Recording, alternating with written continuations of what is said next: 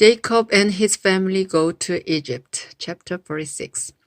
Jacob packed up everything he owned and left for Egypt. On the way, he stopped near the town of Beersheba and offered sacrifices to the God his father Isaac had worshipped. That night, God spoke to him and said, "Jacob, Jacob." "Here I am," Jacob answered. God said, I am God, the same God your father worshipped. Don't be afraid to go to Egypt. I will give you so many descendants that one day they will become a nation. I will go with you to Egypt, and later I will bring your descendants back here. Your son Joseph will be at your side when you die. Jacob and his family set out from Beersheba and headed for Egypt. His sons put him in the wagon that the king had sent for him, and they put their small children and their wives in the other wagons. Jacob's whole family went to Egypt, including his sons, his grandsons, his daughters, and his granddaughters. They took along their animals and everything else they owned. When Jacob went to Egypt, his children who were born in northern Syria also went along with their families. Jacob and his wife Leah had a total of 33 children, grandchildren, and great-grandchildren, but 2 of their grandchildren had died in Canaan. Their eldest son Reuben took his sons Hanok, Palu, Hezron, and Carmi. Their son Simeon took his sons Zemuel, Zamin, Ohad, Jachin, Zohar, and Shaul, whose mother was a Canaanite. Their son Levi took his sons Gershon, Kohath, and Merari. Their son Judah took his sons Shelah, Perez, and Zerah. Judah's sons Er and Onan had died in Canaan. Judah's son Perez took his sons Hezron and Hamul. Their son Issachar took his sons Tola, Puvah, Jashub, and Shimron. Their son Zebulon took his sons Sered, Elon, and Zahilil.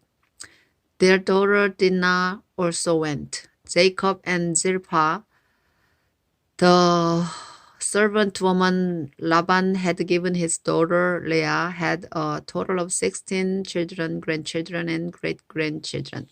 Their son Gad took his sons Ziphion, Hagi, Shuni, Ezbon, Eri, Arodi, and Areli. Their son Asher took his sons Imnah, Ishva, Ishvi, and Beriah, who took his sons Heber and Malchiel. Sarah, the daughter of Asher, also went. Jacob and Rachel had 14 children and grandchildren. Their son Joseph was already in Egypt, where he had married Asenath, daughter of Potipharah, the priest of Heliopolis. Joseph and Asenath had 2 sons, Manasseh and Ephraim. Jacob and Rachel's son Benjamin took his sons Bela, Betcher, Ashbel, Gera, Naaman, Ehi, Rosh, Muphim, Huppim, and Ard. Jacob and Bilhah, the servant woman Laban had given his daughter Rachel, had 7 children and grandchildren. Their son Dan took his son Hushim. Their son Naphtali took his sons Zazir, Guni, Zezer, and Shillem. 66 members of Jacob's family went to Egypt with him, not counting his daughters-in-law. Jacob's 2 grandsons who were born there made it a total of 70 members of Jacob's family in Egypt. Jacob had sent his son Judah ahead of him to ask Joseph to meet them in Goshen. So Joseph got in his chariot and went to meet his father. When they met, Joseph hugged his father around the neck and cried for a long time. Jacob said to Joseph, "Now that I have seen you and know you are still alive, I am ready to die." Then Joseph said to his brothers and to everyone who had come with them, "I must go and tell the king that you have arrived from Canaan. I will tell him that you are shepherds and that you have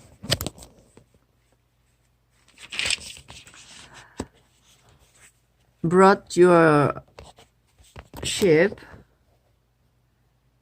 goats, cattle, and everything else you own, the king will call you in and ask what you do for a living. When he does it, be sure to say, "We are shepherds. Our families have always raised sheep." If you tell him this, he will let you settle in the region of Goshen. Joseph wanted them to say this to the king because the Egyptians did not like to have anything to do with people who raised sheep. Chapter 47. Joseph took 5 of his brothers to the king and told him, "My father and my brothers have come from Canaan. They have brought their sheep, goats, cattle, and everything else they own to the region of Goshen." Then he introduced his brothers to the king, who asked them, "What do you do for a living?" "Sir, we are shepherds," was their answer. "Our families have always raised sheep, but in our country all the pastures are dried up, and our sheep have no grass to eat, so we, your servants, have come here. Please let us live in the region of Goshen." The king said to Joseph, "It's good that your father and brothers have arrived. I will let them live anywhere they choose in the land of Egypt, but I suggest that they settle in Goshen, the best part of our land. I would also like your finest shepherds to look after my own sheep and goats." Then Joseph brought his father Jacob and introduced him to the king. Jacob gave the king his blessing, and the king asked him, "How old are you?" Jacob answered, "I have lived only 130 years, and I have had to move from place to place. My parents and my grandparents also had to move from place to place, but they lived much longer and their life was not as hard as mine." Then Jacob gave the king his blessing once again and left. Joseph obeyed the king's orders and gave his father and brothers some of the best land in Egypt near the city of Ramses. Joseph also provided food for their families. A famine in Egypt. The famine was bad everywhere in Egypt and Canaan, and the people were suffering terribly. So Joseph sold them the grain that had been stored up, and he put the money in the king's treasury. But when everyone had run out of money, the Egyptians came to Joseph and demanded, "Give us more grain. If you don't, we'll soon be dead, because our money is all gone." "If you don't have any money," Joseph answered, "give me your animals, and I'll let you have some grain." From then on, they brought him their horses and donkeys and their sheep and goats in exchange for grain. Within a year, Joseph had collected every animal in Egypt. Then the people came to him and said, "So there's no way we can hide the truth from you. We are broke, and we don't have any more animals.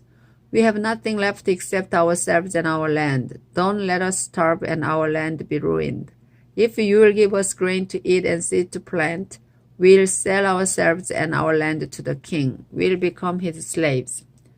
The famine became so severe that Joseph finally bought every piece of land in Egypt for the king, and made everyone the king's slaves, except the priests.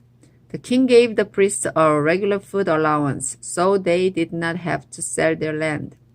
Then Joseph said to the people, "You and your land now belong to the king. I'm giving you seed to plant, but 1/5 of your crops must go to the king. You can keep the rest as seed or as food for your families." "Sir, you have saved our lives," they answered. "We are glad to be slaves of the king." Then Joseph made a law that 1/5 of the harvest would always belong to the king. Only the priests did not lose their land. Jacob becomes an old man. The people of Israel made their home in the land of Goshen, where they became prosperous and had large families. Jacob himself lived there for 17 years before dying at the age of 147. When Jacob knew he did not have long to live, he called in Joseph and said, "If you really love me, you must make a solemn promise not to bury me in Egypt.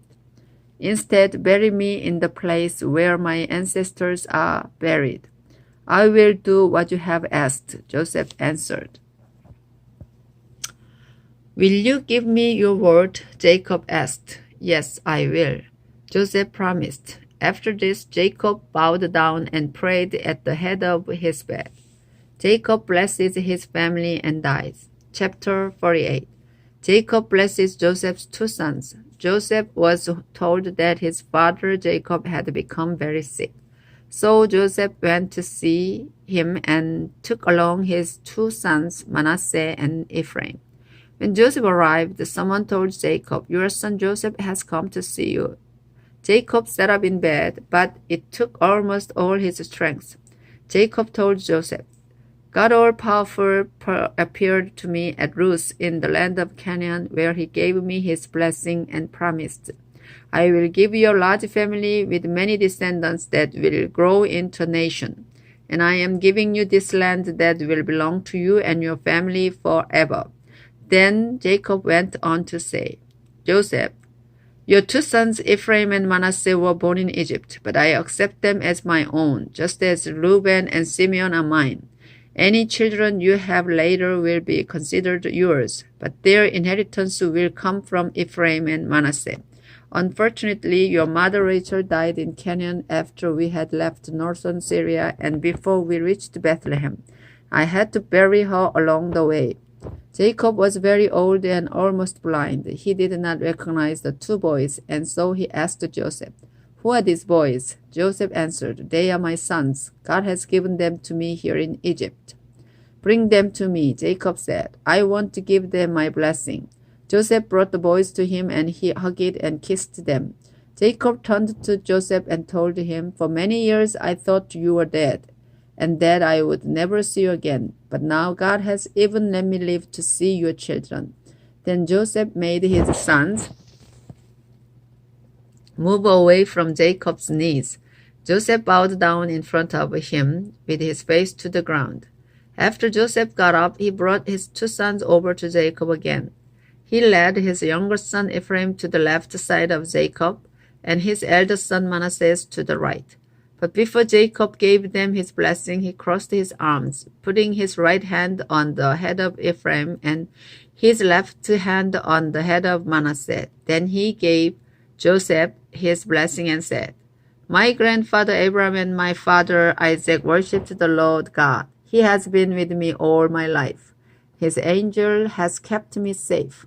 Now I pray that he will bless these boys and that my name and the names of Abraham and Isaac will live on because of them.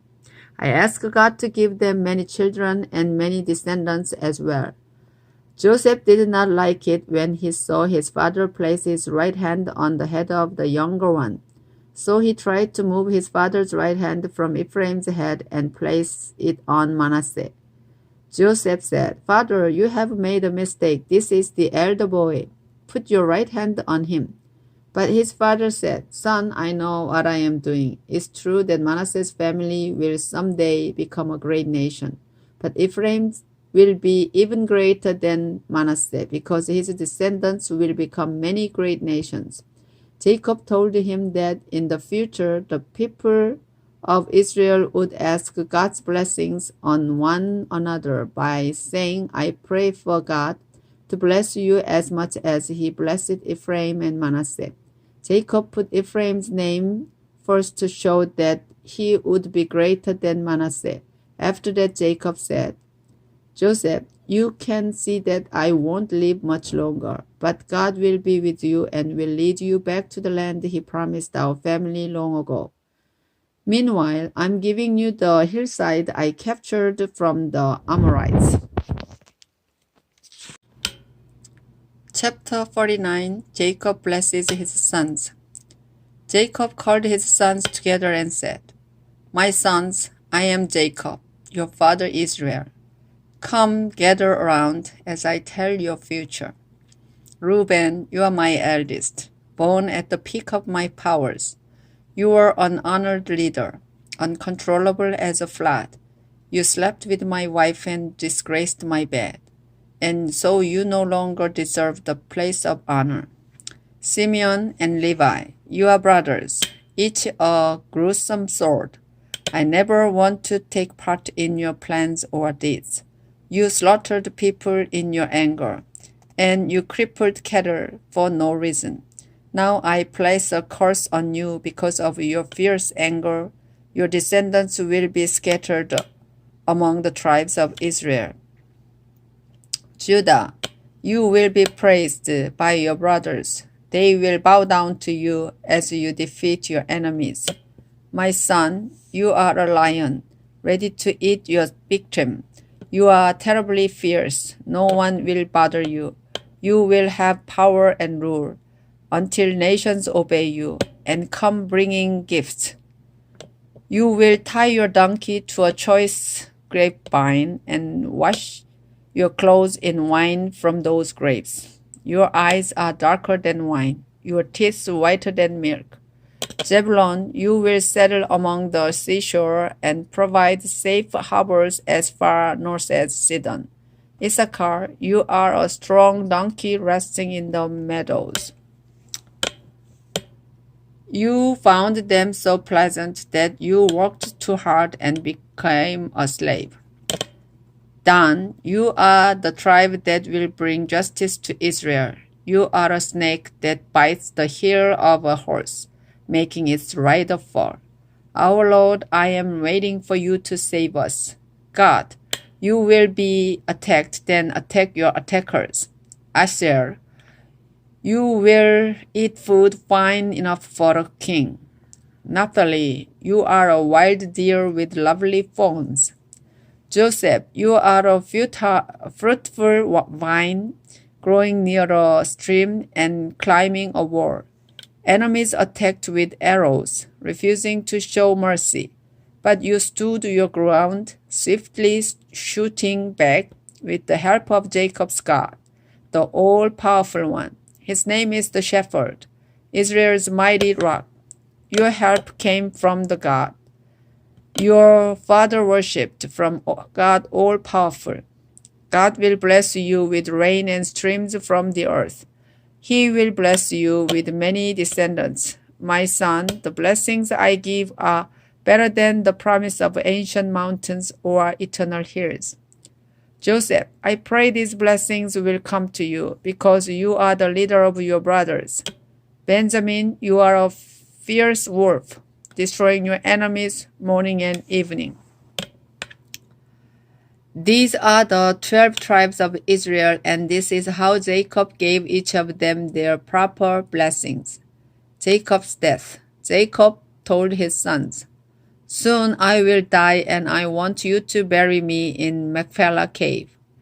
Abraham bought this cave as a burial place from Ephron the Hittite, and it is near the town of Mamre in Canaan. Abraham and Sarah are buried there, and so are Isaac and Rebekah. I buried Leah there too. Both the cave and the land that goes with it were bought from the Hittites. When Jacob had finished giving these instructions to his sons, he lay down on his bed and died. Chapter 50. Joseph started crying, then leaned over to hug and kiss his father. Joseph gave orders for Jacob's body to be embalmed, and it took the usual 40 days. The Egyptians mourned 70 days for Jacob. When the time of mourning was over, Joseph said to the Egyptian leaders, "If you consider me your friend, please speak to the king for me.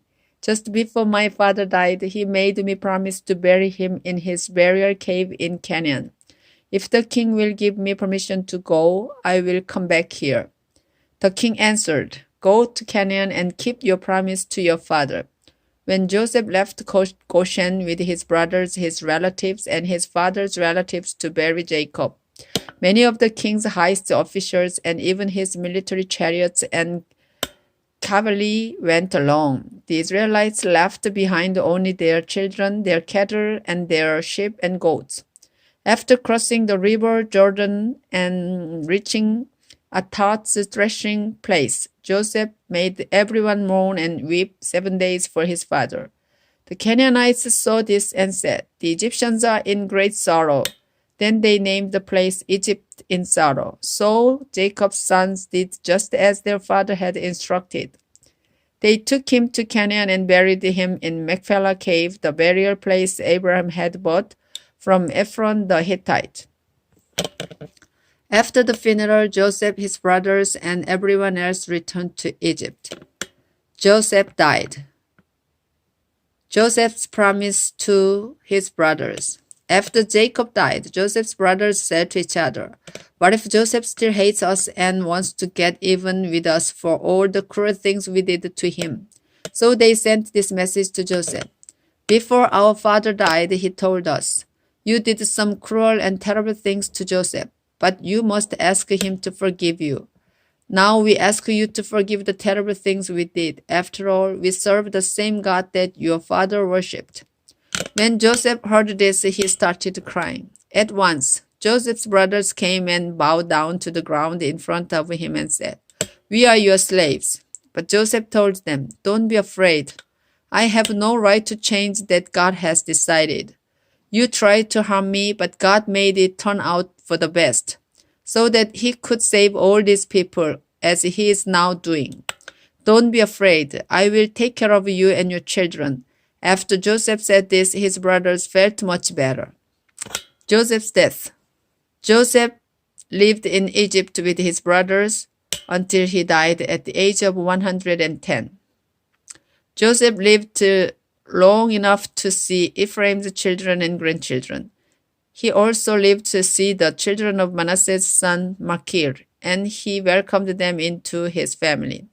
Before Joseph died, he told his brothers, "I won't live much longer, but God will take care of you and lead you out of Egypt to the land he promised Abraham, Isaac, and Jacob.